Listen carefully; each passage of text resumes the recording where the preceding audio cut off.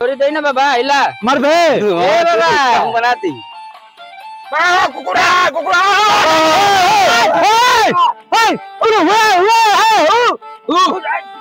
अरे कुकुरा था नहीं था बाबा का मारा मुर्गी माँ से बियाह कर कौन थे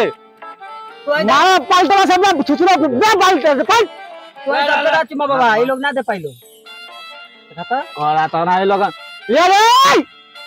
ए दे बड़ा कांटा वाले मछली ले आले बाबा अरे तो ये बाबा जो सोना दे बा नहीं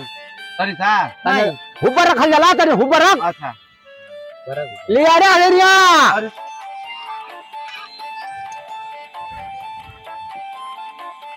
ये बाबा ये प्याज कहां से पौला बोल बे तू ढेर बोला था ओके मुड़ी ले तरल तो हम लोग के देदा बाबा हां ही वो अरे बाबा सुर मारी वो का जूस दा खाली इला पीस खाई अरे एक जूस दा एक जूस ए बाबा एकर पथरी ना का अरे ए यो किचन नहीं है करो पथरिया का भइल यो मुड़ी वो बुढ़ा बोलत ना मुड़ी ले रे हां हो करे ना बंद कर दो बाबू ए ऐसे कहते हो खाई ना खा पानी हो नहीं तो नहीं तो करे सबके हो गए रे हां